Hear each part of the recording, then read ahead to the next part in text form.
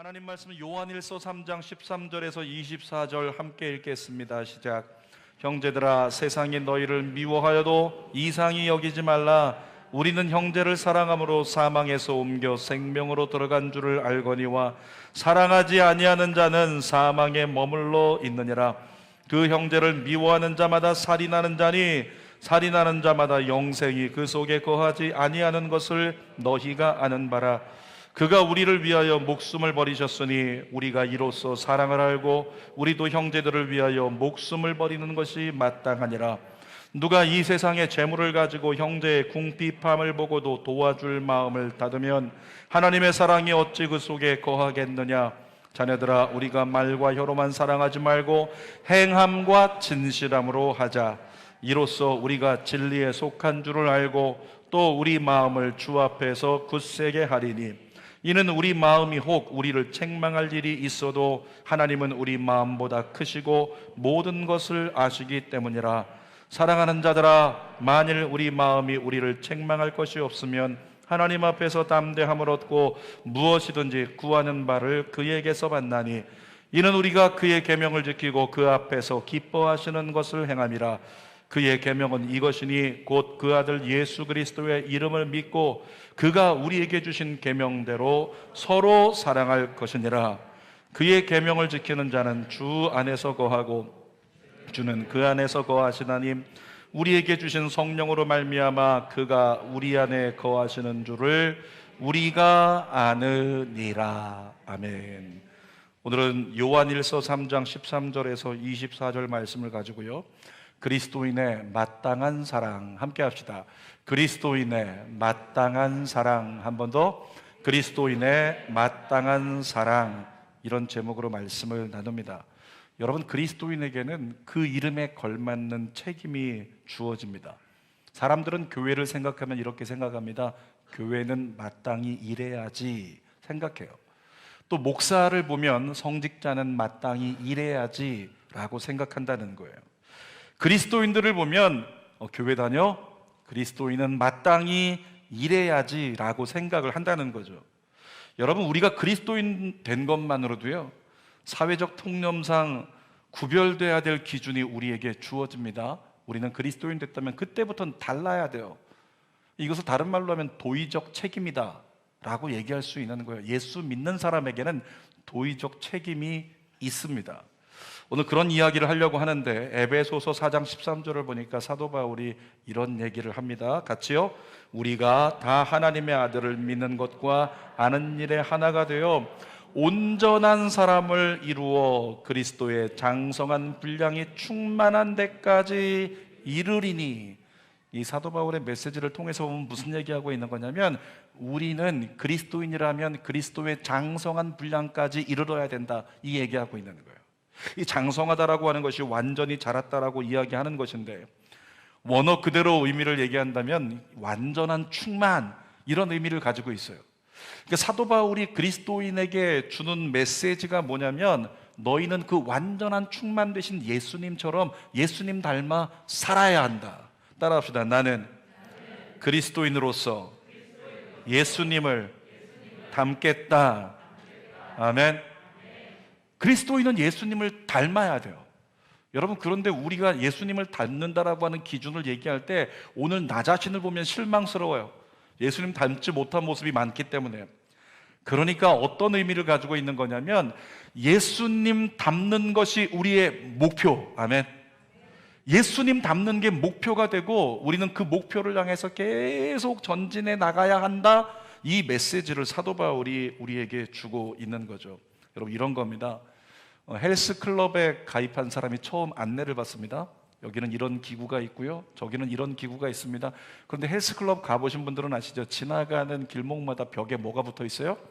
벽에 열심히 운동한 사람들의 브로마이드가 걸려 있잖아요.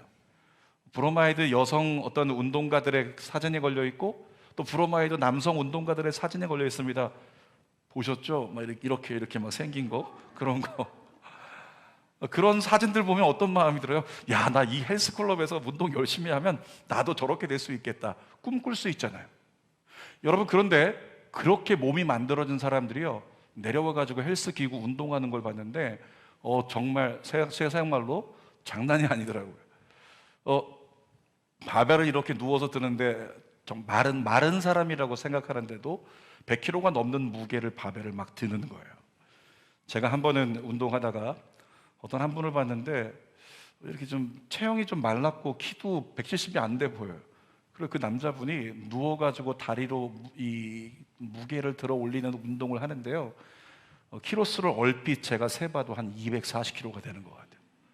그 정도를 들어 올리고 있는 거죠. 조금 아까 제가 그 운동했거든요. 저 몇 킬로를 했냐면 80kg. 그러니까 순간 얼마나 비교되는 마음 가운데 마음이 안 좋아요. 그래서 조금 있다가 제가 누워가지고 한번 해보려고 120kg를 끼웠어요. 되더라고요. 160kg를 껴봤습니다. 되더라고요. 그 다음날부터 다리 아파가지고 못 걸었어요. 저한테는 안 되는 거예요. 아직 안 맞는 거죠. 여러분, 처음부터 몸짱들처럼 큰 중량을 들 수가 없는 겁니다. 처음에는 내가 할 수 있는 수준에서 최선을 다하는 것, 그게 중요한 거예요. 신앙생활도 마찬가지입니다. 교회 생활도 마찬가지입니다.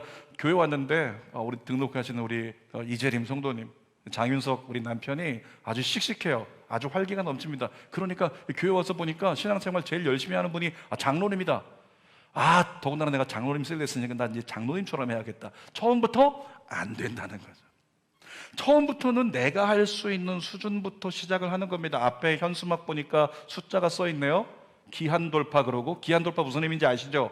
기도로 인생의 한계를 돌파하라, 이런 의미예요. 근데 10분 써 있는 건 지난주에 여러분들 가지고 집에 가신 거 있죠? 뭐죠? 기도 의자. 기도 의자에서 하루 10분만 무릎 꿇어봐라 이거예요. 기도 안 해도 좋습니다. 기도 안 해도 좋으니까 하루 10분만 거기 무릎 꿇고 앉아보세요. 어느 날인가 여러분은 기도하고 있을 겁니다. 옆에 사람에게 이렇게 선포해 주세요. 정신 차리세요. 이게 무슨 의미냐면 받고도 기도 안 했죠? 정신 차리라는 거예요. 줘도 못하고 오늘부터 어떻게 하라고? 기도하지 마라. 근데 여러분 너무 비하한다고 생각되시는 분들은 용서하시고요. 여러분 수준은 그냥 기도 안 해도 되니까 거기 무릎 꿇고 그냥 앉아만 있어봐라. 하루에 10분씩. 10분 기도가 바로 그겁니다. 하루 10분 무릎 기도. 1시간은 뭐냐? 예수님 가르치신 대로 하루에 1시간을 내가 하나님 앞에 작정해서 기도한다면 그 사람은 심령에 시험 들지 않고 하나님의 뜻을 하루 가운데 이룰 수 있는 은혜의 삶을 누리게 된다. 그래서 목표하기를 하루에 10분 무릎 기도하고 하루 1시간 정도는 기도할 수 있는 데까지 가기 위해 목표 잡고 오늘 10분 가만히 무릎 꿇고 있는 것부터 한번 시작해보자, 이런 의미를 전하는 거죠. 여러분, 신앙의 수준도 한 걸음씩 나아가야 되는 겁니다. 자, 베드로후서 3장 14절 말씀을 한번 읽어볼게요. 시작.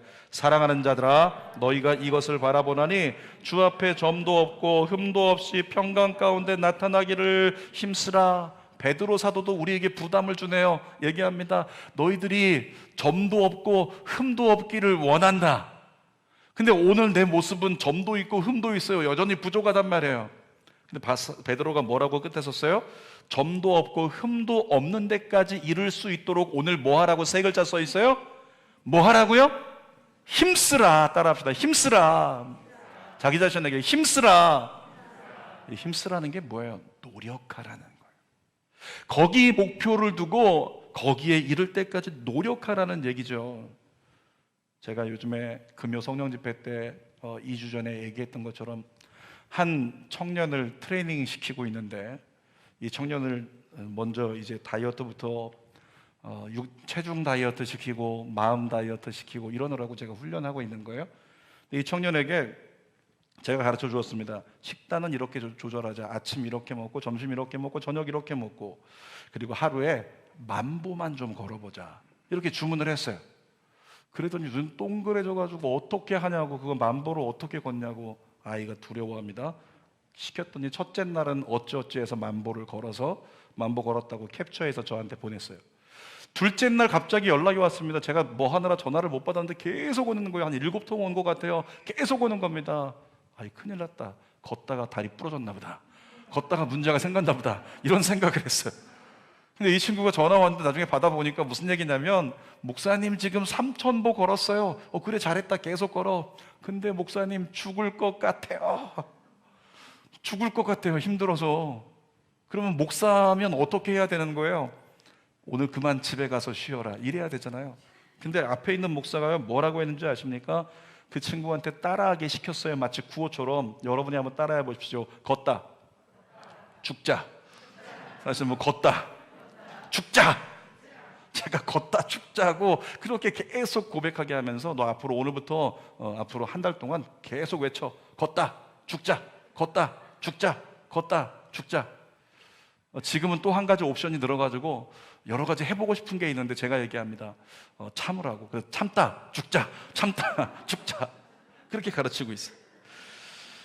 목사가 삼천보 걷고 죽겠다는 아이에게 목사가 야 걷다 죽자, 차라리 죽어, 이 얘기를 어찌할 수 있겠어요? 왜 했을까요? 이 아이가, 이 청년이 최선을 다한다면 만보는 걸을 수 있을 거라고 생각되기 때문에, 그래서 죽을 각오로 만보를 걸어보라고 얘기를 했더니 진짜 만보를 걸었어요. 여러분, 그 자매에게 만보 걷는 것은 최선이었습니다. 지금 해볼 수 있는 최선이었어요. 근데 그 뒤로 이 자매가 걷기 시작하는데 만보 걷더니 중간에 12,000보 걷기 시작하고요, 16,000보 걷기 시작하고요, 20,000보를 걸어요. 그러면서 이 뭐 왔다 갔다 하고 있지만 20,000보까지도 막 걸으면서 그렇게 열심히 합니다. 그렇게 시작한 지 20일쯤 지났을 때가 며칠 전인데, 20일쯤 지났을 때요 8kg가 빠졌어요. 20일 만에. 이 감동 좀 봐요. 말씀보다 더 감동하는 우리의 영원한 숙명 다이어트. 여러분, 우리 회개합시다.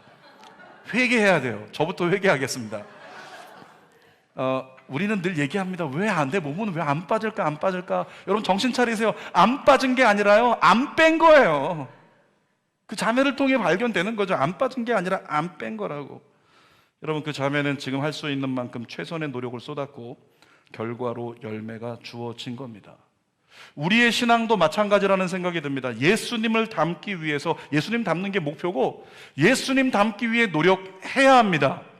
근데 예수님 닮기 위해 노력하는 걸 가만히 되는 만큼만 그냥 하는 게 아니라, 어느 날 생각나면 무릎 기도 10분 그냥 하는 게 아니라, 정말 내가 해보겠다고 굳게 마음 먹고 나 오늘부터 예배 끝나고 집에 가면 그것부터 할 거야, 기도 의자 꺼내놓고 나 10분만 거기 앉아있는 거 나 무조건 그거부터 한번 해볼 거야, 이런 마음을 우리가 가져야 된다는 거죠. 그런 마음을 가지고 예수님을 닮기 위해 최선의 노력을 할 수 있어야 된다는 거예요. 여러분, 그런 기준을 가지고 최선으로 여겨야 할 그리스도인의 마땅한 사랑 무엇인지 한번 나누기를 원합니다. 첫 번째로 우리 성경을 보니까 그리스도인은 다 미움을 받는다 라고 이렇게 얘기를 합니다. 13절 말씀 읽어볼까요? 시작. 형제들아, 세상이 너희를 미워하여도 이상히 여기지 말라. 여러분, 세상이 너희를 미워해도 이상히 여기지 말라, 이런 고백을 좀 사도 요한이 하고 있는데, 가인이 아벨을 미워했듯이 온전한 믿음의 길을 가려고 하면 아벨 온전히 예배드린 것밖에 없잖아요. 근데 미움을 받아요.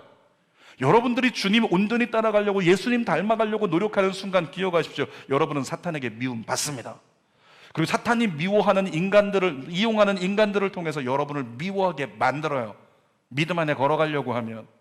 자, 예수님도 비슷한 말씀하셨는데 요한복음 15장 18절 읽습니다. 세상이 너희를 미워하면 너희보다 먼저 나를 미워한 줄 알라. 야, 너만 미워한 게 아니라 먼저 나를 미워한 거야. 그리고 너 미워하는 거 당연하다, 나를 믿기 시작했으면. 이런 말씀이에요. 요한복음 15장 19절도 읽어보겠습니다. 시작.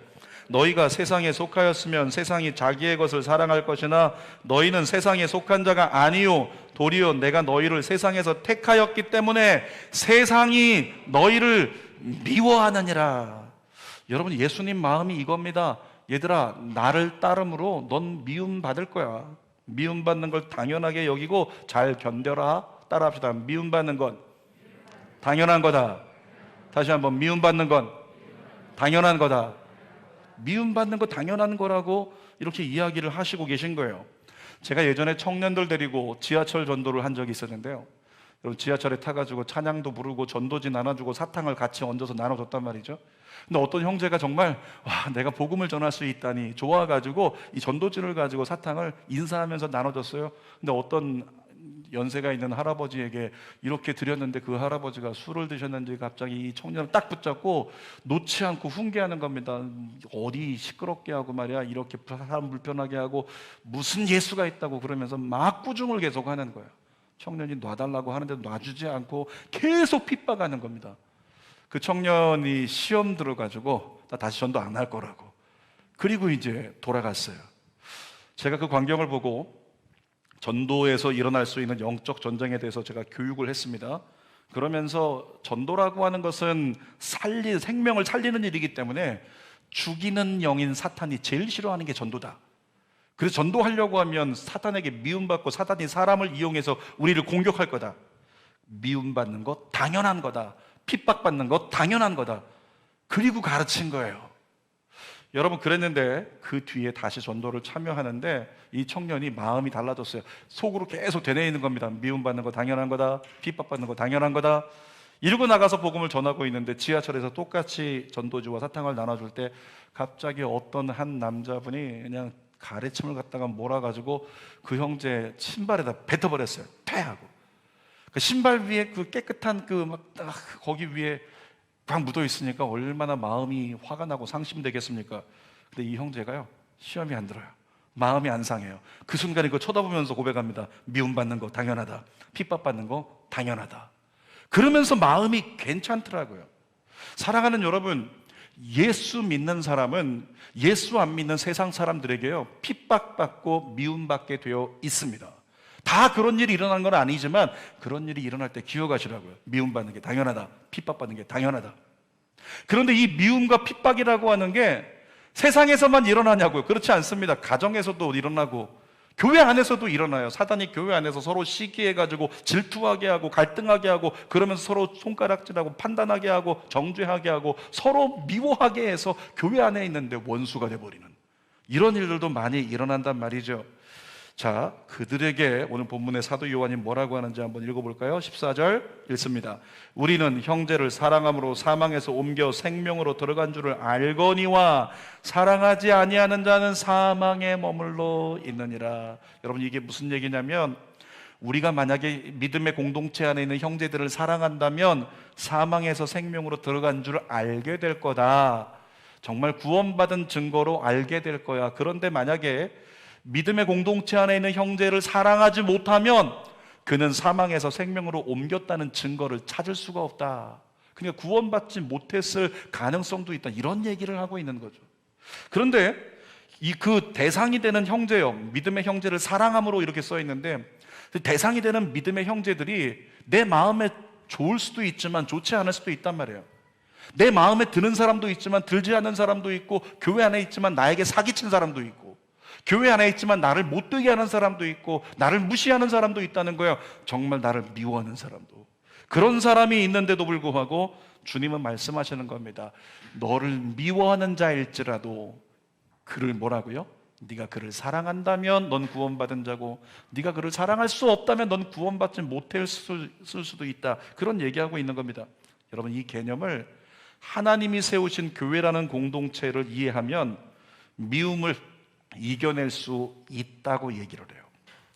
저는 잠결에요, 자고 일어나면 사모님이 얘기합니다. 아니, 밤에 뭐 했냐고, 어디 갔다 온 거냐고, 누구하고 싸웠냐고 저한테 자꾸 그렇게 얘기를 합니다. 왜냐하면 자고 일어나면 온몸에 상처가 생겨요. 제가 두꺼운 옷을 입고 자야지 여름 돼가지고 그냥 이거 위에 거 벗어버리고 자면은 자고 일어나면 세상에 제가 이게 50견도 있어가지고 손이 안 가거든요. 뒤에 손이 안 가는데 안 닿는 자리에 자고 일어나면 거기 상처가 쭉 가 있는 거예요. 마치 밤에 귀신이 와가지고 싸운 것처럼 그렇게 자국이 나 있는 거죠. 근데 어느 날 한 번은 그렇게 몸에 이쪽에 상처가 있어가지고 왜 상처가 났을까? 샤워하다 따가워서 아픈 거예요. 근데 오른손을 보니까 오른손 손톱에 피가 묻어 있는 거죠. 피가. 어떤 인간이 범인이에요? 오른손이 범인이었어요. 이 오른손을 찍어버려야 돼. 여러분, 제 왼쪽 어깨에 상처가 났는데 오른손 손톱으로 거기를 긁어버린 거죠. 한 5cm 정도 상처가 패였는데 살점이 떨어져 나가면서 피가 여기 고인 거예요. 전날 저녁에 손톱을 깎고 잤는데 그 다음에 뭐 해야 됩니까? 갈아야 되잖아요. 대충 알아서 갈아지겠지 뭐 생각하고 그냥 잤는데 그 날카로운 손톱이 제 몸을 긁어버린 거죠. 그래가지고 제가 어떻게 했을까요? 그날 아침에 잠깐 시간 내서 막대기 들고 한쪽에다 이 손 묶어놓고요, 이 막대기 들고 이 손을 갖다 두들겨 패는 거. 만약에 그랬다면 어떻게 됐을까요? 저는 스스로 자해하고 있는 이 정신병자 취급받겠죠. 여러분, 그렇게 하지 않습니다. 그렇게 찍어내지 않고 때리지 않습니다. 내 몸에 상처를 냈지만 왜 그렇습니까? 내 몸이기 때문에, 한 몸이기 때문에 그런 거예요. 자, 성경에 그런 이야기를 교회를 향해 하고 있어요. 고린도전서 12장 12절 읽겠습니다. 몸은 하나인데 많은 지체가 있고 몸의 지체가 많으나 한 몸임과 같이 그리스도도 그러하니라. 몸은 하나, 이 몸이 교회인데 몸은 하나인데 지체가 많대요. 에베소서 5장 30절이요. 시작. 우리는 그 몸의 지체임이라. 여러분, 각 사람이 교회라는 한 몸을 이루고 있는 지체라고 말씀하고 있죠. 자, 고린도전서 12장 26절 시작. 만일 한 지체가 고통을 받으면 모든 지체가 함께 고통을 받고 한 지체가 영광을 얻으면 모든 지체가 함께 즐거워하느니라. 그것이 교회래요. 여러분, 교회 생활하다가 가장 마음이 힘들어질 때가 있는데 그때가 언제냐면 사람 때문에 시험 들 때입니다. 그런데 원론적으로 보면 사람 때문에 시험 드는 사람은요, 사람을 믿은 당사자가 먼저 잘못이다, 이렇게 얘기를 해요. 사랑하는 여러분, 사람을 믿지 마십시오. 옆에 사람 째려보세요. 속으로만 얘기하세요. 널 믿지 않아. 널 믿지 않아. 교회 안에 있는 성도들도 믿지 마세요. 주의 종의 메시지는 믿고 주의 종은 믿지 마세요. 위험한 얘기. 사람을 믿지 말라고요. 사람을 믿으면 사람을 통해 나중에는 마음이 상하고 시험당하는 일이 너무 많다는 거예요. 따라합시다. 사람은 믿을 대상이 아니라 섬길 대상이다. 여러분, 내가 예수님을 닮아가기 시작하면 나를 꺾어버리려고요, 내가 신뢰하고 믿고 있는 사람을 통해 사단이 공격한다니까요. 그래가지고 미움을 받게 하는 사단의 역사가 계속 일어납니다. 우리가 이런 마음 가지면 좀 나을 것 같아요. 미움받는 게 당연하다. 예수님 더 닮아가려고 그러면, 신앙생활 더 잘하려고 그러면 나 미움받는 게 당연하다, 핍박받는 게 당연하다, 미움받는 게 당연해. 근데 어느 날 누군가가 나를 막 미워하고 핍박하네요. 얘기하는 거죠, 속으로. 미움받는 게 당연하다, 핍박받는 게 당연하다, 상급이 있으리라. 아멘. 그런 마음을 가지고 사람을 대하면 사람 때문에 시험 들진 않는다는 거죠. 자, 그런데 예수님을 보니까요, 예수님은 이 모든 인간의 한계를 초월하셨어요. 자, 두 번째로 나를 위해 목숨을 버리신 예수님을 오늘 본문이 증거하고 있는데, 여러분, 우리가 예수 믿고 구원받기 직전에 어떤 상태였을까요? 우리는 죄인이었다고 얘기합니다. 로마서 5장 8절입니다. 시작. 우리가 아직 죄인 되었을 때에 그리스도께서 우리를 위하여 죽으심으로 하나님께서 우리에 대한 자기의 사랑을 확증하셨느니라. 쉽게 표현합니다. 예수님께서 우리를 위해 죄사함을 허락하시면서 대신 죽으실 때 우리는 어떤 상태였다고요? 아직 죄 가운데 있었을 때 어떤 죄일까요? 예수님 미워하고, 예수님 핍박하고, 예수님 멸시하고, 내가 예수님 막 공격하고 있는데 예수님이 가까이 오셔서 오히려 나를 위해 죽어주셨대요. 그것이 우리를 위한 예수님의 사랑이었다는 거죠. 오늘 본문의 16절에 이렇게 얘기합니다. 시작.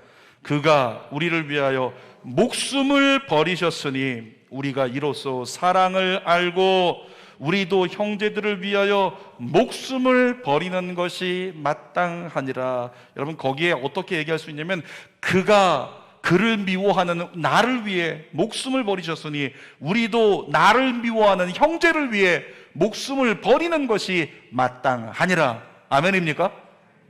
아멘이 잘 안 나오죠. 나를 핍박하고 나를 미워하는데 내가 왜 그 인간을 위해 목숨을 버리냐?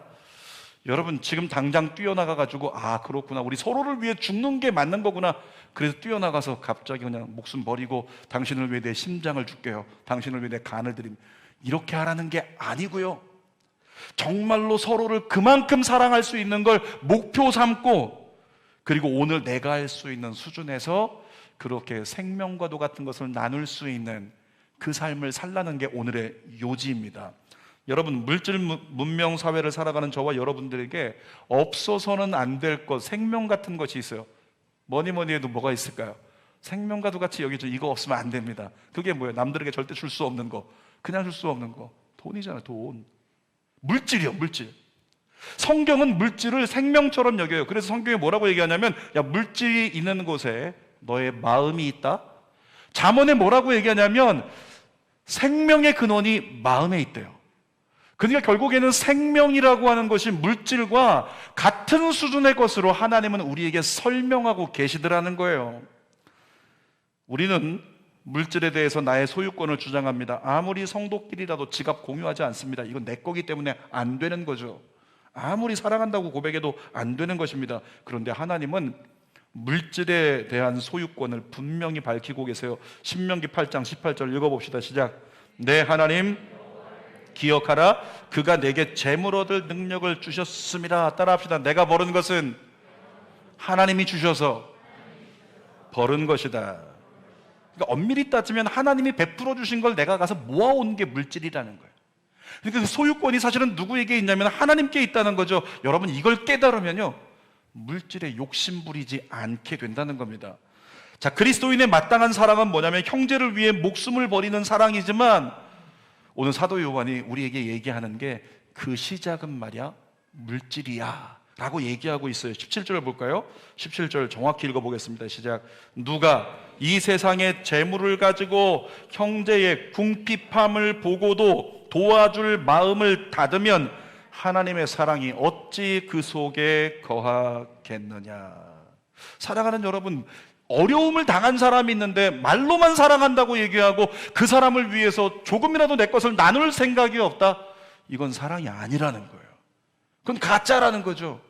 그렇게 사랑하지 못하면 어쩌면 그는 하나님을 알지 못하는 사람과 다를 바 없다고 이야기하고 있는 거예요. 그러면서 사도 요한이 18절에 강력하게 경고합니다. 시작. 자녀들아, 우리가 말과 혀로만 사랑하지 말고 행함과 진실함으로 하자.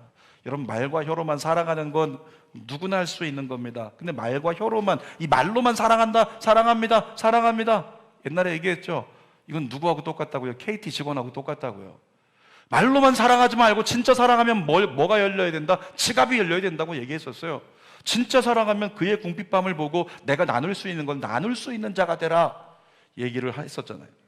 여러분, 그런데 지금 사도 요한이 경계하고 있는 게 누구냐면 영지주의자들입니다. 이 영지주의자들은 영은 선하고 물질은 악하다, 물질에 속한 몸이 악하다는 거예요. 그러니까 신앙 고백하면서, 신앙생활하면서 사랑합니다, 축복합니다 이렇게 얘기하는 건 선한 거고, 육으로서 나가서 나눠주지 않는다고 해서 그게 나에게 큰 문제가 되는 게 아니다. 육이 행한 건 이미 악한 거기 때문에 선한 일을 베풀지 않아도 상관없어. 영지주의자들은 이렇게 살았단 말이죠. 그러니까 신앙만 있고 신앙의 행동이 없었던 거, 영지주의자들의 가르침이에요. 사도 요한이 그래서 얘기합니다. 교회는 그러면 안 돼. 예수님이 말로만 했냐? 예수님이 생명 바쳐서 너희를 건져 주었잖아. 예수님을 내어 주었잖아. 너희도 내어 주어야지. 그게 교회다. 사도 요한이 요한일서를 통해서요, 그거 가르치고 있는 거예요. 여러분, 예수님은 여러분을 위해서 당신의 목숨까지 내어 주셨습니다.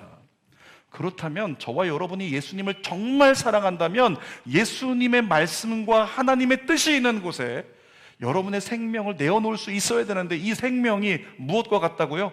물질과 동급이라고요.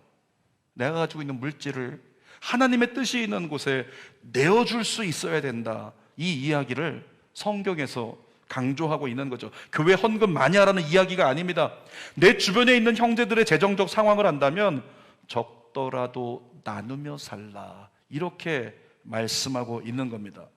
혹시 나를 미워하는 형제가 있더라도 어떻게 해요? 같이 미워하지 말고, 속담에도 있잖아요. 미운 놈 떡 하나 더 주자. 이 마음을 가지고 주는 교회는 좋은 게요, 봉투 중에 후원금 봉투라는 게 있어요. 여기에 뭐 인도네시아 후원 쓰면 인도네시아로 보내지게 되죠.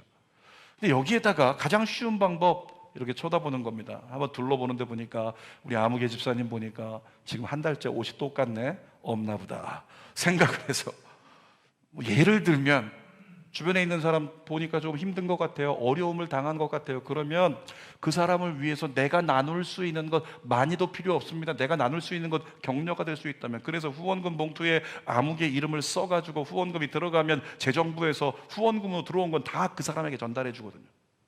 어느 한 성도가 예배 끝나고 갔는데 세상에 지정부에서 연락이 온 거예요. 집사님을 향해서 이렇게 누군가 후원을 하셨다고. 여러분, 그거 받아들 때 얼마나 위로가 될까요? 얼마나 힘이 들까요? 그 사랑을 나누며 살라고, 그것이 정말 목숨을 내어주는 사랑의 시작의 첫 단추라고 사도 요한을 통해 하나님이 우리에게 가르쳐 주시는 겁니다. 미운 사람 있어요? 미운 사람 이름으로 진짜 미워해 보세요. 혼쭐 내주세요. 어떻게? 후원금으로. 아멘이 없네요. 미운 사람이 있는데 그 사람에게는 내 이름 써가지고 후원금으로 한번 줘보세요. 나중에 그거 받아들고 회개하는 역사가 일어날 줄 믿습니다. 자, 세 번째로 우리 하나님이 계속해서 사랑을 실천하는 그리스도인들하고 우리에게 가르쳐 주십니다. 여러분, 사랑을 실천하는 그리스도인 되면 그의 삶에는 놀라운 영적인 열매가 맺힌다. 이것이 오늘 말씀인데 19절 읽어보겠습니다. 시작. 이로써 우리가 진리에 속한 줄 알고 또 우리 마음을 주 앞에서 굳세게 하리니. 이로써가 뭡니까? 우리가 정말 형제의 궁핍함을 보고 그를 도와준다면 이거예요. 형제의 궁핍함을 보고 그를 도와주는 사랑을 실천한다면 그로써 우리는 주 앞에 굳세게 설 수 있다, 담대하게 설 수 있다, 이런 이야기를 하고 있는 거죠. 여러분에게 권면합니다. 헌금 생활 바르게 하려고 노력하십시오.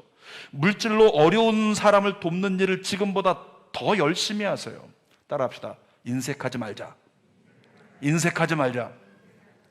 따라하는 것도 인색하니까 다시 한번, 인색하지 말자. 여러분, 주변에 있는 사람들에게 계속적으로 쉬지 말고 나누고 플로잉하고 베풀며 사시라고요. 그러면 어떻게 된다고 말씀하세요? 주 앞에 나가는 게 담대해진대요. 심령이 평강을 얻는다는 거예요. 심령에 묶인 게 사라져버리고 용기가 생기고 주님께, 주님 나 마음껏 축복해달라고 구할 수 있는 어떤 이런 자신감이 생긴다는 거죠. 자, 21절도 읽어봅시다. 시작. 사랑하는 자들아, 만일 우리 마음이 우리를 책망할 것이 없으면 하나님 앞에서 담대함을 얻고, 책망할 것이 없으면 주님 앞에 담대해진답니다. 언제 책망이 들까요? 하나님의 뜻을 실천하지 못했을 때. 야, 말씀을 듣고도 오늘 돌아가서 기도 의자 앉을 생각 한 번도 못할 때, 말씀을 듣고도 어려움 당한 사람 알게 됐는데 그 사람에게 도와줄 마음 갖지 않으면 책망이 드는 거죠. 그런 사람은 담대히 주 앞으로 못 나간답니다. 그런데 거꾸로 우리가 마음껏 나누고 베풀고 마음껏 주님 앞에 순종하며 살아간다면 하나님 앞에 담대하게 나갈 수 있다는 거죠. 저는요, 다른 교회 장로님이신데 한 장로님을 굉장히 존경하고 굉장히 긍정적인 그리스도인으로 바라봅니다. 여러분, 어떤 장로님 한 분이요, 10년 전부터 여름마다 티셔츠를 3,000장을 맞춰요. 금액이 얼마인지 모르겠어요. 근데 3,000장의 티셔츠를 자신이 디자인해가지고 여름 성경학교 티셔츠를 만들어서 뭐 하시냐면, 저 시골에 있는 어려운 교회 성경학교 티셔츠 하라고 보내줘요. 이 교회 100장, 저 교회 200장, 저 교회 200장, 주는 교회 초창기에 저희도 200장 받았던 경험이 있어요. 그러면서 필요한 곳에 다 나눠주고 그 교회들이 장로님 고맙습니다, 저희가 여름 성경학교 이렇게 잘했습니다, 사진 보내드리고 할 때마다 장로님 마음이 너무 좋아요. 그렇게 많은 물질이 들어가지만 1년 중 그때가 가장 많은 은혜가 있더라는 거죠. 그 장로님의 나누고 베풀고 섬김을 통해 하나님 앞에 나아가는 담대함이 생긴 거예요. 영적 은혜를 누릴 수 있는 길이 열린 거예요. 할렐루야. 여러분이 그런 주인공이 됐으면 좋겠습니다. 훗날 주는 교회도 이런 일이 일어났으면 좋겠어요. 지금 초등부 여름 수련회 하는 거 한 50명, 많아야 50명인데, 그런데 수련회 초등부 준비할 때 갑자기 얘기 나온 거죠. 저희 200명 대상으로 수련회를 열겠습니다. 학부모들이 모인 겁니다. 학부모들이 갑자기 모여가지고 우리 아이들만 수련회 하게 할 수 없다, 우리 200명 기준으로 수련회 비용을 우리 학부모들이 다 모으자, 자발적으로 후원해가지고 비용을 만들어가지고 200명 들어가는 성전을 얻고, 그리고 얘기하는 거죠. 목사님, 저희가 200명 들어가는 수련회를 준비했으니까 주변에 있는 어려운 교회 다 연락하셔서 무료로 보내라고 하세요. 어려운 교회 아이들 무료로 보내라고 하세요. 아니, 감동이 별로 없네요. 감동이 일어날지어다. 그래서 주변에 있는 어려운 교회에서 3명, 4명, 5명 아이들이 우리 교회에 와서 같이 수련회 한다고 생각해 보세요. 거기서 은혜 받고 도전 받고 주님을 위해 헌신하는 일이 일어나는 그런 역사. 와, 할렐루야. 퍼펙트한 하나님의 은혜가 임할 줄 믿습니다. 여러분, 그렇게 주님을 기쁘시게 하면, 주님의 뜻에 합당한 삶을 살아가면 22절에 뭐라고 써 있는지 읽어보세요. 시작. 무엇이든지 구하는 바를 그에게서 받나니 이는 우리가 그의 계명을 지키고 그 앞에서 기뻐하시는 것을 행함이라. 그리스도인이 해야 될 마땅한 사랑, 그리스도인의 마땅한 사랑, 정말 물질로서 어려움 당한 사람, 날 미워하든 좋은 사람이든 싫은 사람이든 상관없이 어려움 당한 사람에게 물질로 나눌 수 있는 사랑을 베풀고 살아간다면 그 사람의 기도는 무엇이든지 다 응답하리라. 이렇게 약속하고 계신 거죠. 여러분, 이 약속의 말씀이 여러분 안에 성취되기를 원합니다. 여러분 안에 부자가 많이 나왔으면 좋겠어요. 더 많은 플로잉이 일어났으면 좋겠습니다. 구하는 것마다 응답받는 역사가 여러분에게 일어나기를 원합니다. 그리고 마지막으로 사도 요한이 그리스도인이 마땅히 행할 것에 대해서 23절에 명확히 가르쳐 줍니다. 23절 읽어볼게요. 시작. 그의 계명은 이것이니 곧 그 아들 예수 그리스도의 이름을 믿고 그가 우리에게 주신 계명대로 서로 사랑할 것이라. 예수 이름을 우리가 열심히 믿고 그 믿는 증거로서 이웃을, 서로 믿음의 형제들을 사랑하는 것. 어떻게? 말로만이 아니라 정말 내게 소중한 것을 그에게 나눠주면서 사랑하며 산다면 그 사람의 기도는 다 들어줄 거고 그 사람의 예배는 정말 항상 은혜로 열릴 것이다. 저 여러분의 내일에 그런 은혜가 누려지기를 주님의 이름으로 축원합니다. 설교 결론입니다. 오늘 그리스도인의 마땅한 사랑이라는 마음을 나눴습니다. 제가 한 가지 말씀을 드리면요, 제가 신학 처음 이렇게 공부할 때 다니던 거 학교도 그만두고 이제 모든 걸 내려놓고 날 부르신 분은 하나님이시고 신학을 해야 되는구나. 다시 신학을 시작을 하는데 제가 교육전도사를 했어요. 교육전도사 한 달에 받는 사례비 그때 40만 원이었어요. 갑자기 아기가 나왔습니다. 예담이라고 이름 짓는 아기가 나왔는데 분유를 많이 먹어요. 근데 이 아이를 이제 키워야 되니까 40만 원 갖고 너무나 쪼들리는 거죠. 그래서 사모님이 여기저기 막 힘들게 레슨 다니고 저는 막 그냥 억지로 막 그냥 어쩔 줄 몰라서 기도하고 그러고 있는데 어느 날 누군가가 봉투를 하나 건네줬어요. 봉투에 10만 원 들어있었고요. 그 10만 원 봉투에 이렇게 써 있었습니다. 2년간 후원하겠습니다. 2년간 매월 10만 원씩 후원하겠다는 거예요. 여러분, 그 봉투 들고 제가 얼마나 울었는지 몰라요. 왜?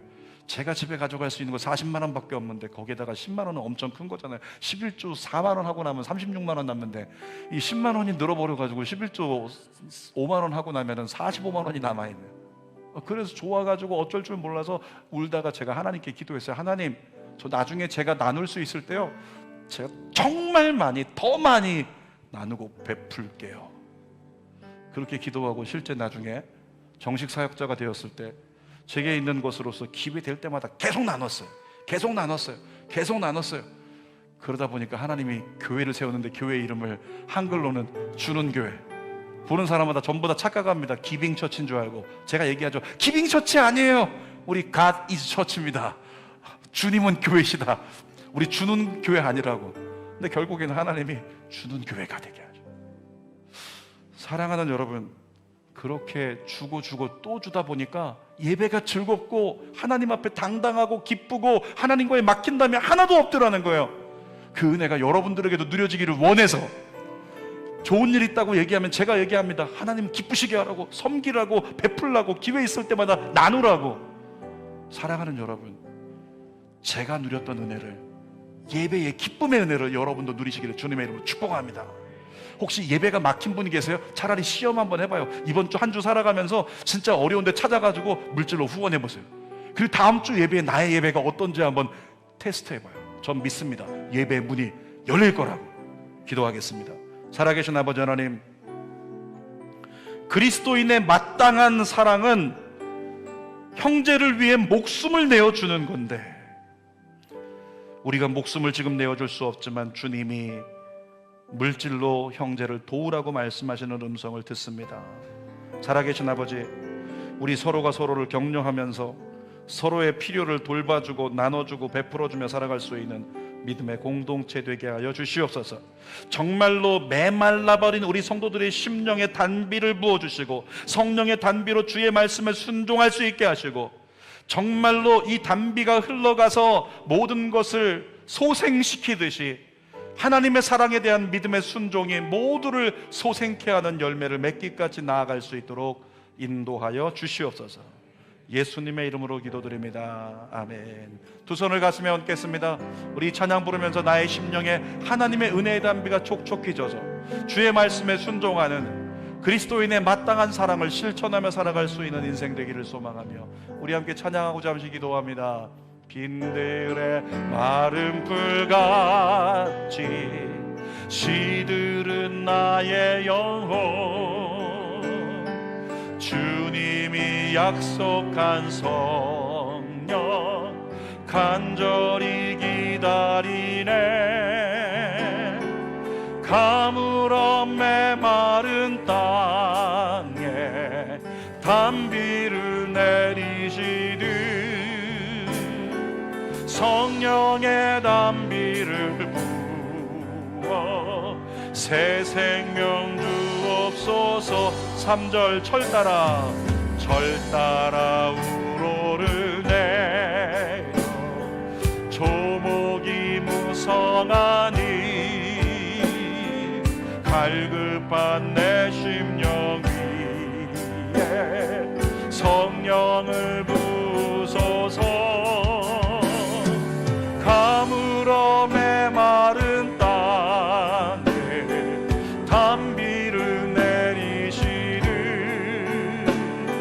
성령의 담비를 부어 새 생명 주어. 가물어 메마른 땅에 가물어 메마른 땅에 담비를 내리시듯 성령의 담비를